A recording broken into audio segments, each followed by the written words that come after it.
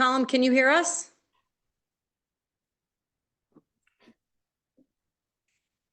Colin? Can you hear us? Yes, I can. Can you hear me? Yeah, Yes, great. all good. Thank you. So jumping right in. So this is the May 7, 2024 Retirement Plan Advisory Committee meeting, and I'm going to take a quick roll. Chris Labrie. Yeah. Tom Schulte here. Colin Dobbin. Here. I think I heard it here. Here. Sorry. Thank you. That's all right. And James Yao, who I think sent his regrets. Okay, so having a quorum, I need a motion to approve the minutes for the prior two meetings. There was a January 8. There was a April 22. Do I have a motion? I wasn't at either one. Well, no, I think you were. Chris LeBrun, January 8. Well, January 8th, that's right. You were present. Oh, Yeah. And look at that, April 22. Oh, that's when we had. Yeah, that was All right. totally. So we got a motion to approve. Paul, I'm going to need a second since you were at both as well. We'll take that as a second. I'll second it, Tom. Thank you. Yep. Perfect. So we're all good on the minutes, Diane, which is good. So now we are going to turn things over to Hooker and Holcomb and Ellen and Rob, our longtime advisors with respect to this, which is it's a welcome update to kind of set the context for the conversations that we have and for the valuation upcoming. So with that, I'll turn it over to you all. Great, thank you. So Rob and I put this presentation together. It's a lot of kind of high-level overview on sort of pension valuations from an actuarial standpoint. And then we do get a little bit into the specifics of the New Canaan, both pension and OPEB plans. But I know you have limited time. So as we go through this, if there's things you would like us to hurry up on, please let us know. If there's things you would like to focus more on, let us know that as well. We want to use the time. This is your time. So we want to make sure we're covering the topics that you want to hear about. Sure. So I don't know if you've had a chance to look through the presentation, if there's areas you wanted us to focus on, or you want us to just jump right in and, sorry. Thank you. For you.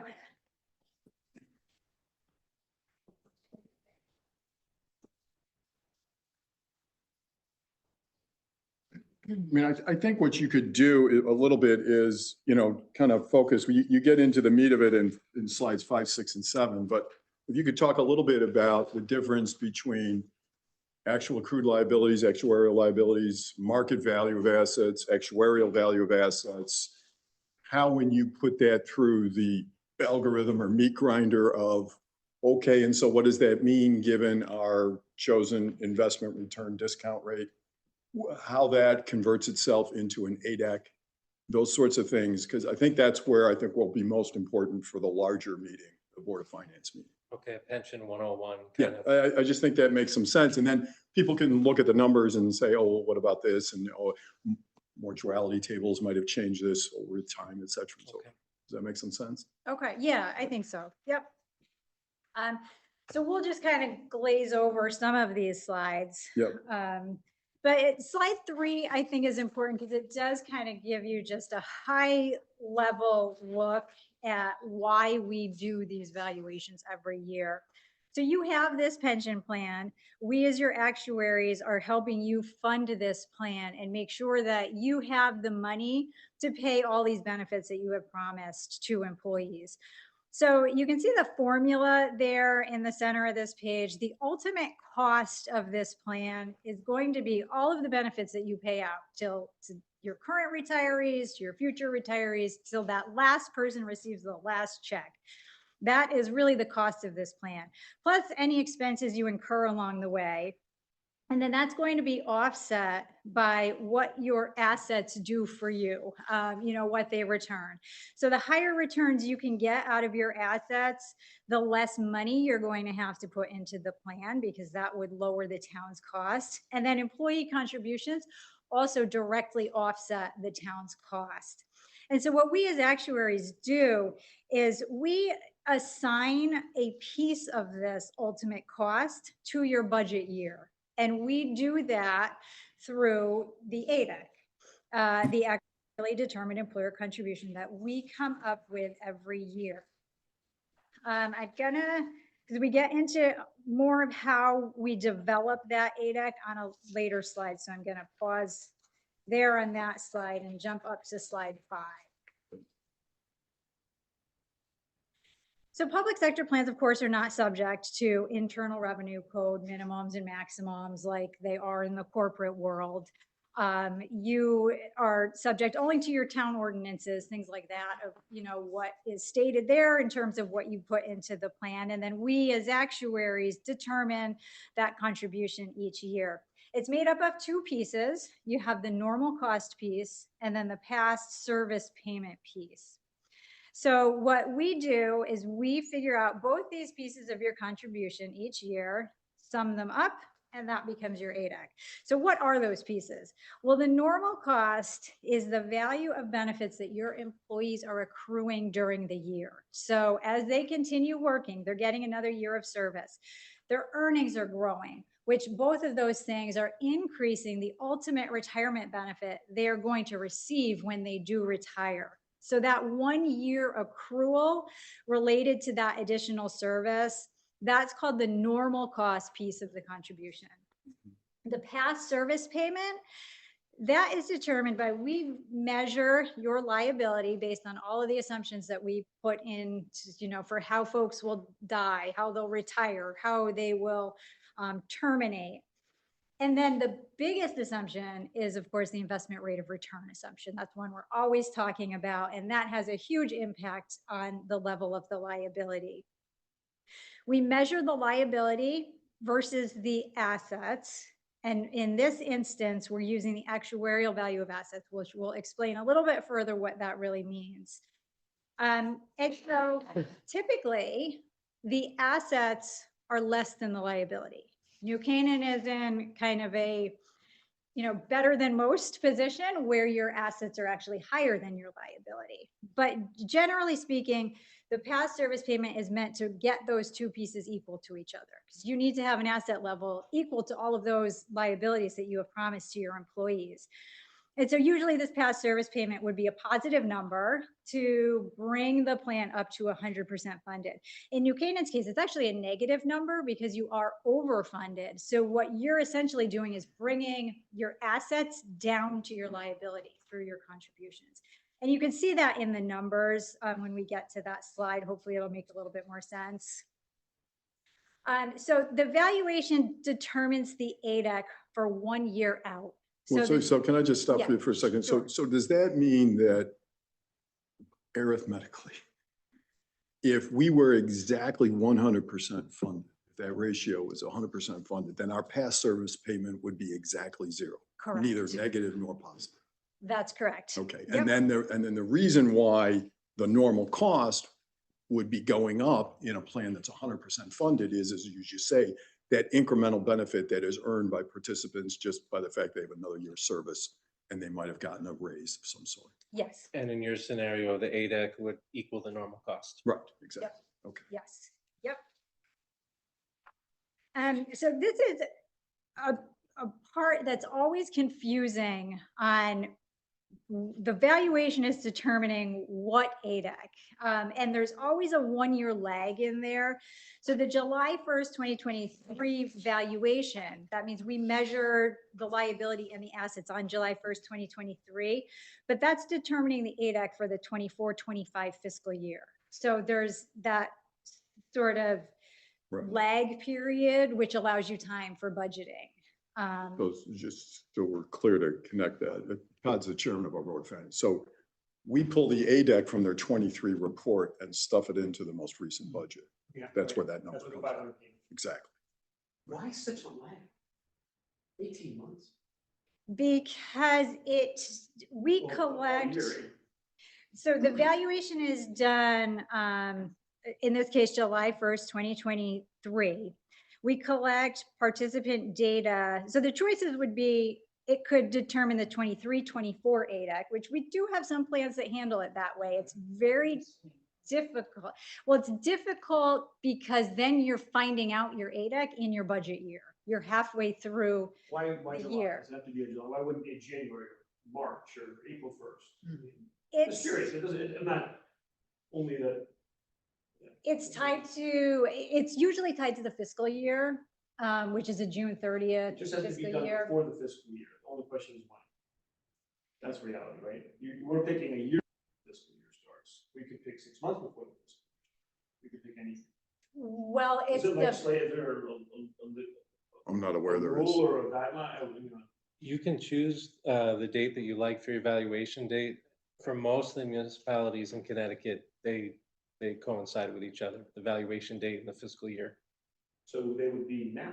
They would do the valuation date June 1st for the budget for July, 1 month back?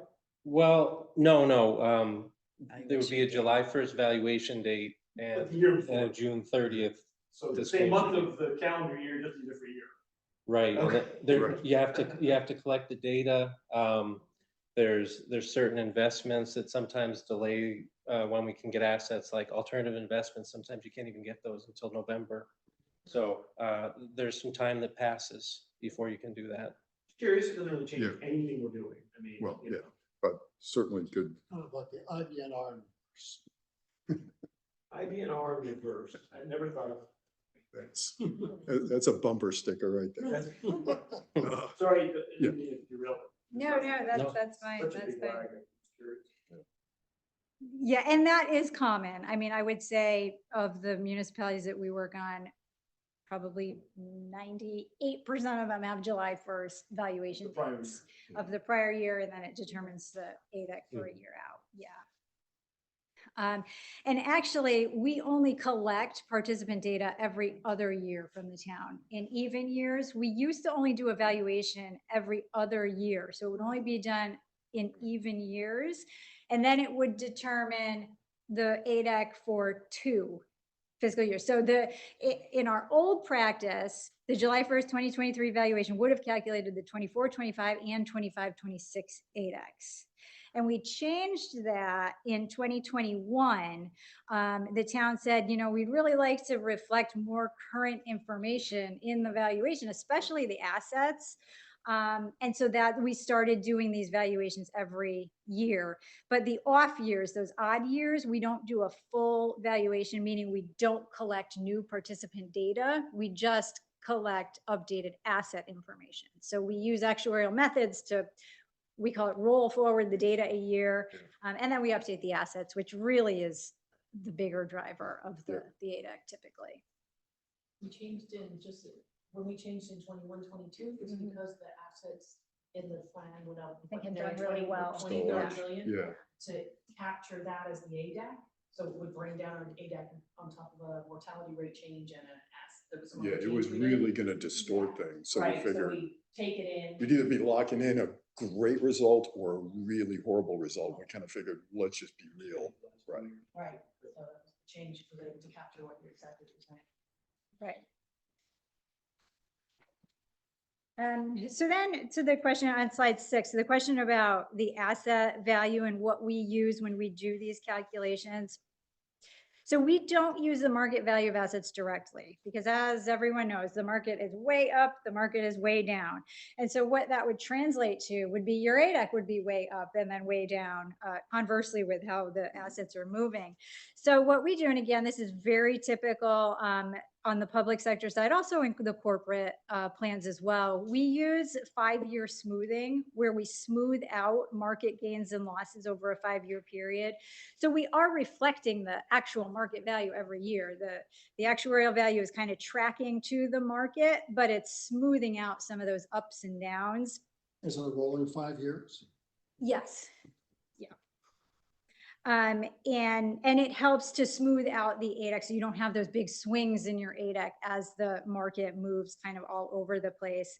And up until 2022, on the OPEB side, we were using the straight market value. The OPEB fund got to a point where it was pretty well funded that we said, you really might want to consider moving to this smoothed value to sort of level out the ADEC on the OPEB plan as well. So we did move to that a couple of years ago. That was one of our recommendations at the time.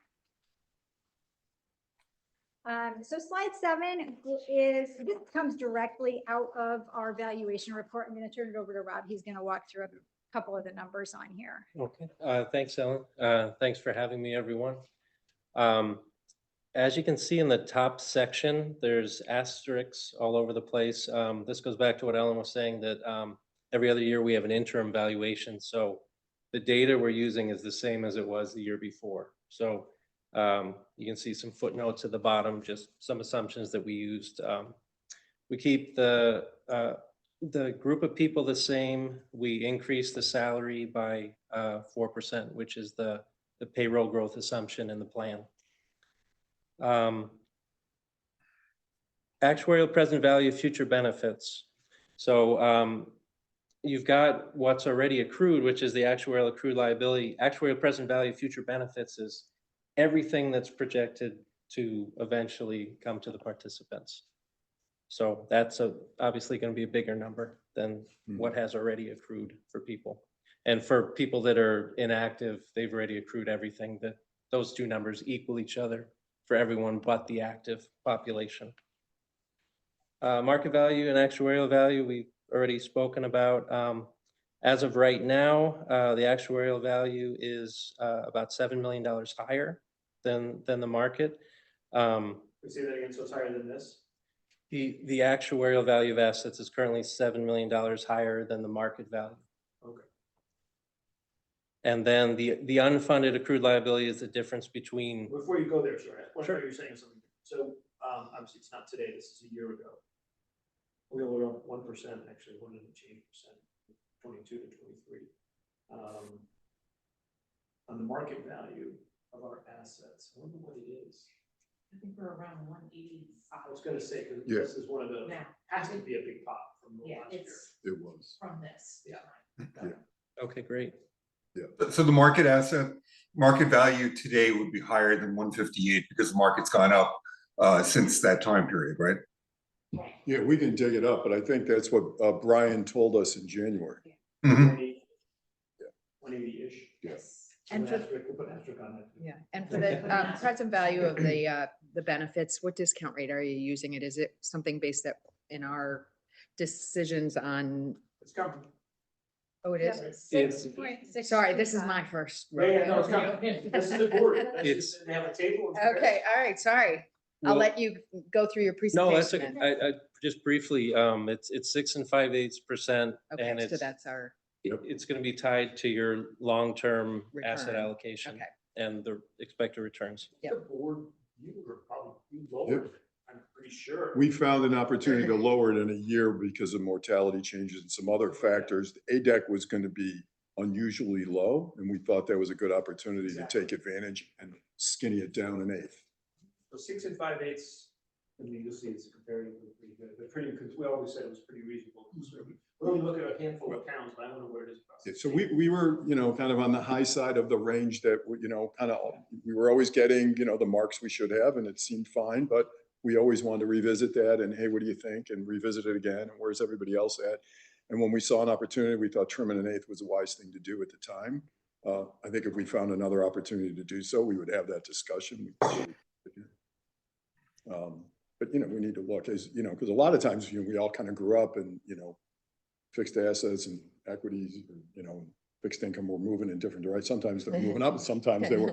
And so we were kind of managing our way through that. And, but yeah, so we trimmed it Well, in even eight. the cash and bonds. in the game. Yes, exactly. That's why 6 doesn't seem so bad. Because we've got all. the Not anymore. liquids in Yeah, there. for sure. And then, so the unfunded accrued liability is going to be a measurement of the actuarial accrued liability, versus the actuarial value of assets. Just a direct subtraction. Yeah. Funded ratio is actuarial value of assets divided by actuarial accrued liability. So there's a slight decrease, but you're still obviously way over 100%. The ADEC is currently 505,000 for fiscal 2025. We'll go into more detail about how that's calculated on a future page. Actually, this next page. So Ellen got into this a couple of slides ago. There's the past and there's the future for the two components that are part of the ADEC. So normal cost is the future. So accruals for the upcoming year. There's actually three components of it. There's the slice for the year based on the liability, which is the gross normal cost. It gets offset by what we expect over the next 12 months employees are going to put into the plan. And then you pay admin expenses out of the trust. So we have what's called an expense load in the normal cost. And then the 1.99 million is the addition of those three. As you're well aware, you're overfunded. So the amortization of unfunded accrued liability, which is a 15-year amortization, is going to offset that normal cost for the $412,000 that you see. And then that $412,000 is a number as of July 1st, 2023. That's not the date it actually gets paid. So there's an adjustment for interest and inflation of 93 grand to get you to 18 months later, which is where the 506,000 number comes from. Are there any questions on that? So this is how they catch up. Well, are you saying if we paid it in June, we would avoid 93? Is that what you're saying?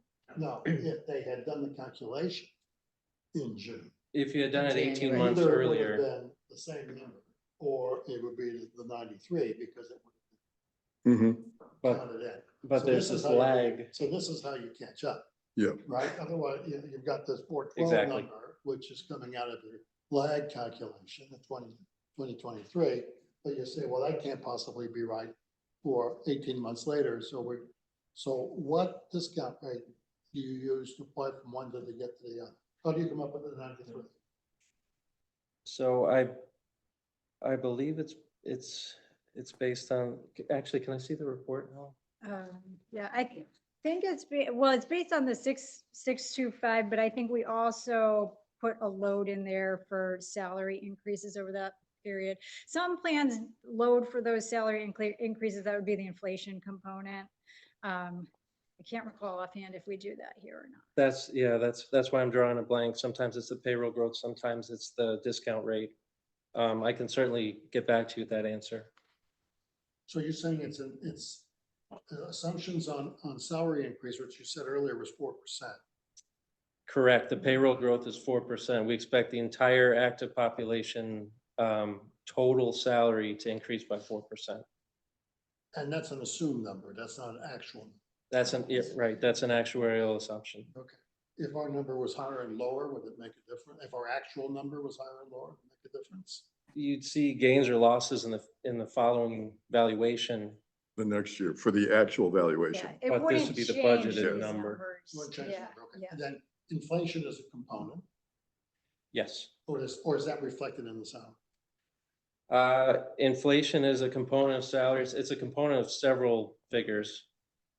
And then you said this discount rate plays a part too. So yeah, the discount rate is 6 5/8, and depending on the plan you're talking about, and I off the top of my head, I'm sorry, I can't remember which New Canaan has in place right now. You either bring it forward with payroll growth or with the discount rate. So one. I think Maybe. overfunded reduced our cost almost 80%. Holy.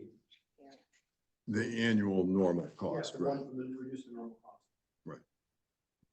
So to your point earlier, you had asked the question, if you were exactly 100% funded, then you wouldn't have that reduction of 1.58. So theoretically, in 15 years, this 1.58 will go to zero and your contribution will just be the normal. So there's an expectation that it will increase in the future. At 6%.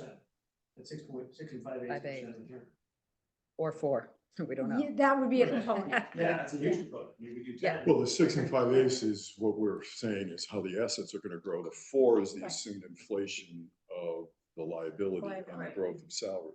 Right. The So that's what I'm like. Yeah. the payroll growth the payroll growth piece would only come into play possibly with this $93,000 Right. number. All the other figures are Right, based that's on what I the was just, 65 but eighths. it's an interesting thing to think about. Which one do you want to mark it off of? Okay, Because, I mean, obviously, depending on that number, it impacts how much of your ADAC you're having to put in to the budget. Right? Right. Absolutely. Because there's, yeah, it's not just the discount that gets you from the 412 to the, it creates a 93 because you write even at 6 5/8 on a monthly basis for 18 months, looks, it doesn't add to that, so there's 30, 40,000 to that number. So the rest, so this number of the salary assumption is more than the discount. I don't know, we should know what that is. We will, we'll get back to you. We will find Mhm. what assumption we use there. Different municipalities use different assumptions on that. On the rolling forward from the ADAC, from the valuation to the budget year, but we'll let you know what New Canaan's method is. based on my experience, payroll growth is more common. So I'm gonna guess it's that, but we'll give you a definitive answer. I'm happy to talk further on this slide if anyone has additional questions. If not, we can keep going. Let me just keep going. Okay. Did you want to handle this slide? Oh, sure.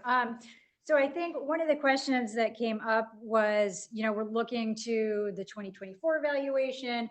Are we recommending any assumption changes when we run those numbers? And the short answer is no. We do what's called an experience study, typically every 5 years, where we look at your population specifically, not mortality so much as there's really not enough data there. We use standard tables for that, but on how people are retiring, how people are terminating, how salaries are growing. We do kind of a deep dive into the data on that. Like I said, every 5 years. We last did that in 2021, so we'll be due to do it again. We probably will recommend it next year, but the recommendation is that we leave all other assumptions alone for 2024. And then we get to the investment rate of return assumption. And like we had said, this is probably the biggest assumption or has the most impact on your AVEC. So, there's always a lot of talk around what's the right answer, where do you want to be? So this slide just kind of shows you, you have your trust fund, you're paying retirees out of this fund. The two main sources of this fund are your contributions and your investment income. So to the extent that we project higher investment earnings, your contributions will be lower. And of course, the opposite is true as well. So we look at a lot of different things. I'm on slide 11. When we make recommendations on that investment rate of return assumption, it's important to note that there's no one right answer of where you should be. I mean, we're really looking at this as how are your assets going to do on average over the next 20 years? Because these are long-term liabilities. These retirees are going to live another 20, 30 years. And then you have new retirees coming in and you're going to pay them for maybe another 30 or 40 years. So these are long-term liabilities. We're really looking at this as a long-term assumption. So what we as actuaries do is we make sure that we're advising you on sort of what is the right range of where you want that assumption to be. And, you all probably have your own thoughts on it. We always get thoughts from your investment advisor. We do our own analysis using USI investment advisors, capital market assumptions. And the 6625 continues to fall within the range of reasonableness. So we're not going to sit here and say, you need to come down on that or you need to go up on that. It continues to be reasonable from our perspective, but certainly we want to get thoughts from the committee on, if you wanted to be more conservative and assume that less, if you remember that prior picture, that you're going to have less money coming in from your investments and you want to put more money into the fund from the town. I have not heard any towns tell me that, but maybe the opposite is true, and an argument can be made to increase that rate. I do have a lot of municipalities asking me about that these days, as capital market assumptions have tweaked up recently. Fair. It's really fair. That would be my. But I know, 'cause I mean, we had to is that a talk about it. free lunch though? If you make it higher, because you expect the returns to be higher, and indeed, we know the returns have been good. So how does that then higher number wiggle through? Doesn't that make some of the other calculations get you on the other side? Yeah, I mean, if we were to increase the rate of return, which that's always an easy conversation. Yeah. Think about if for some reason capital market assumptions start coming back down in a couple of years, you know, is it going to be as easy a conversation to get it back, get that assumption back down? And the answer is probably no. And, you know, and it is a fair question, you know, capital market assumptions have been increasing. Should municipalities be raising this rate? And I think what we've kind of been saying is, you know, there's still a lot of volatility. You know, things have gone up, down. I mean, look at the market over the past couple of years. Our recommendation would be to sit tight on it, probably for at least one more year. If it looks like that trend is going to be sustained, then maybe an argument can be made in a year or in 2 years to increase that rate again. And, you know, also look at how your assets are doing compared to the assumption. I mean, that will be really interesting to see. I think this year things are going really well. You know, you're probably outperforming the 6,625. Will that continue next year? Yeah, I was gonna say. But on a 5-year rolling average, that's what you're looking I think with cash. We've still been with way cash above at that. 0, it was hard to, Market returns hard are to above raise that. it because it's a whole Yeah. asset On a class. 5-year you're roll. getting We were priced worried at. that we were so high that we Yeah. wouldn't fall within this range. But I'm just wondering, in the current year, if you make it higher, is it all good news? Or are there other costs, right?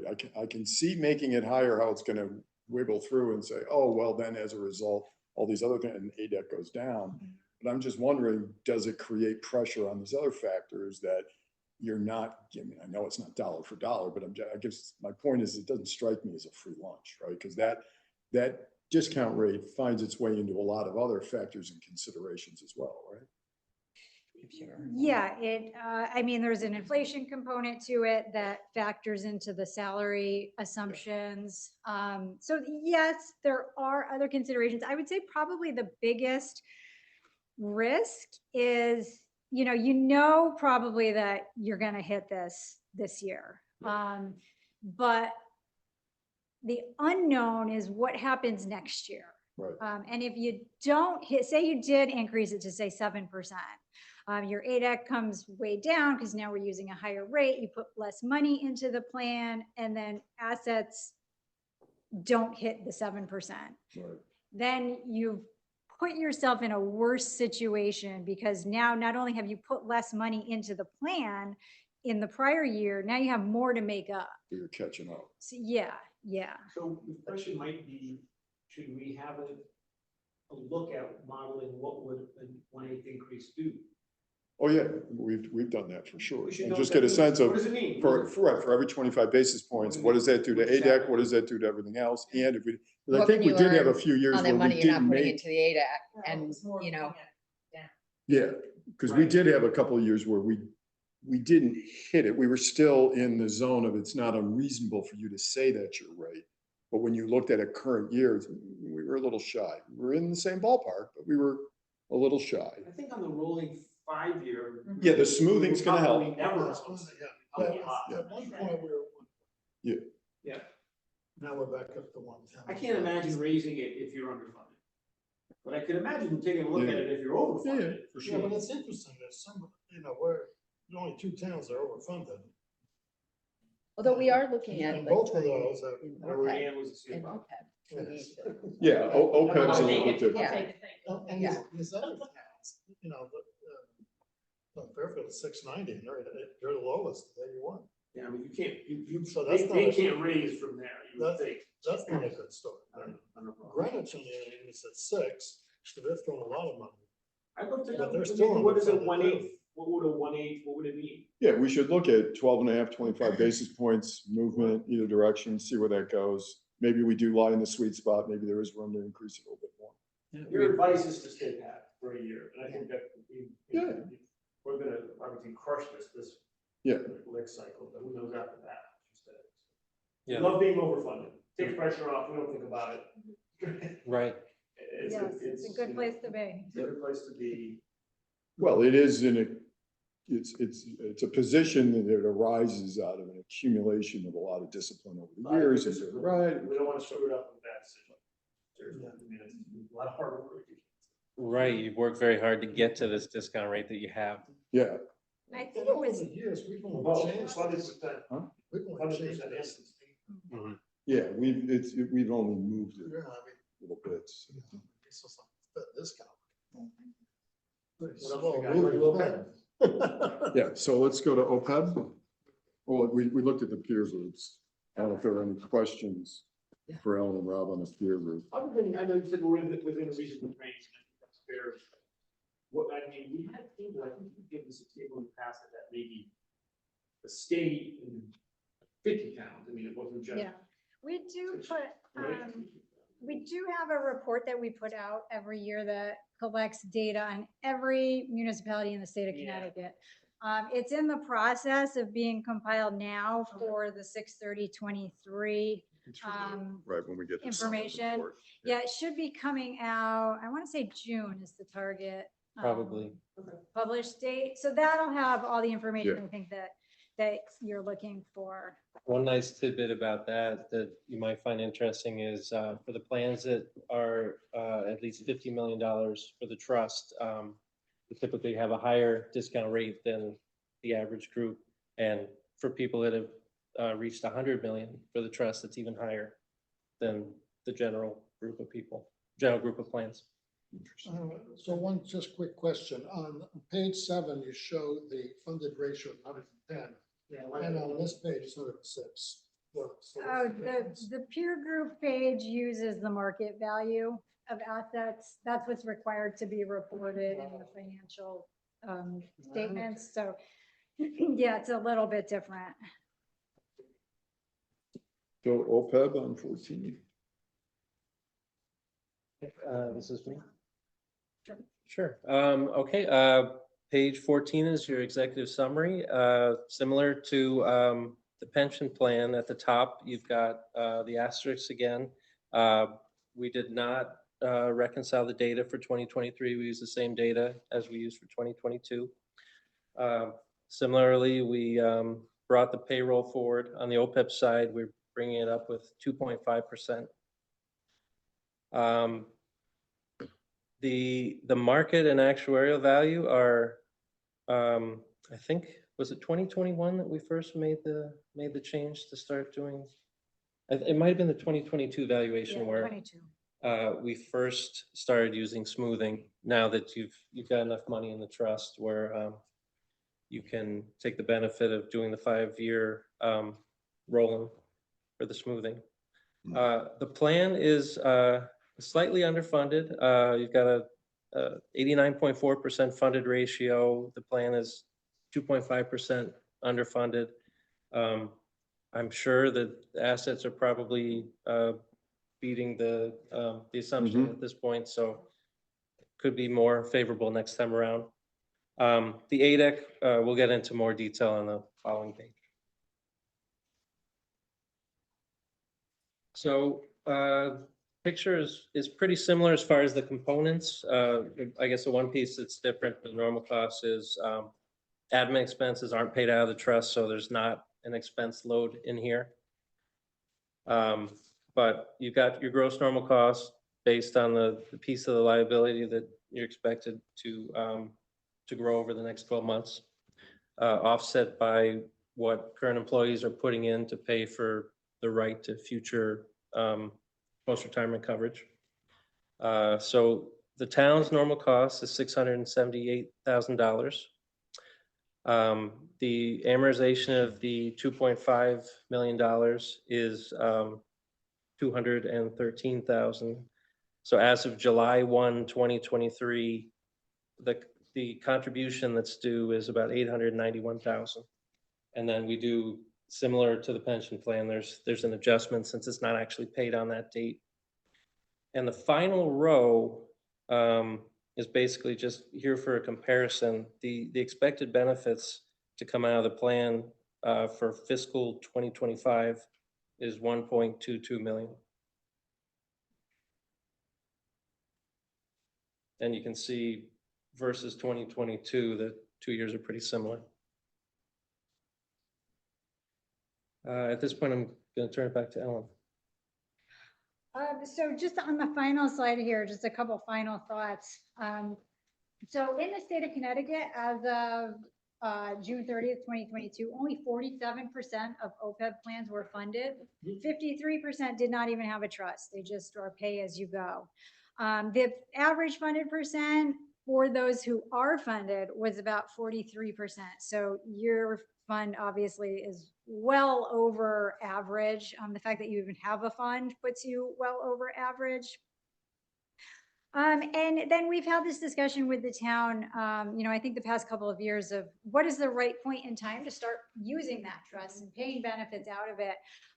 And you are in a position that you could consider doing that. I mean, you're 89% funded. Your ADEC is actually lower than the expected benefit payments that are expected to be paid. So both of those kind of point to, definitely consider starting to use that trust for the purpose you started it, which was to pay these OPEB benefits. We do, We are. this year. Okay. We're gonna Just start. Great. Okay. Do about 253. Okay. Based on So that. the We- ADEC we- yeah, that would We be the- reimburse ourselves. We fund the payments outside the trust.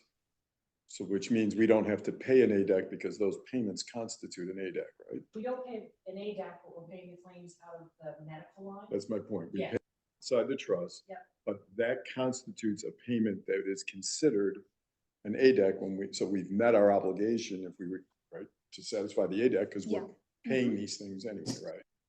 Yes, you're just going around the trust, but yes, it counts as the ADEC. But we're not ever invading the trust to reimburse ourselves for those payments, are we? Until 25. we're gonna Until do it. 25 we're We gonna do budgeted to do it in 24, Yeah. but we're seeing where it ends out, but we could pull about 150 out of that based on what the ADAC and claims were.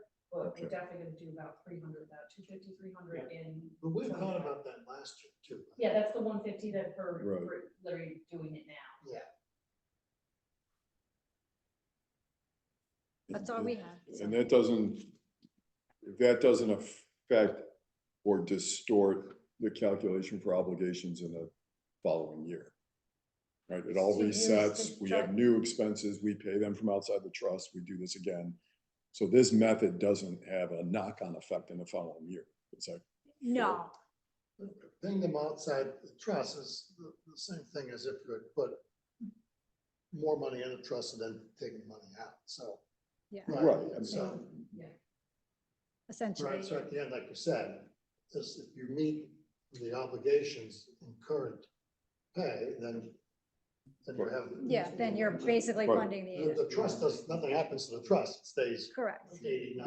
well, if you pay it, but if you pay all of the expenses out, then you don't, that relieves you of an obligation to make a payment dollar for dollar into the trust. Yes. That part's fine.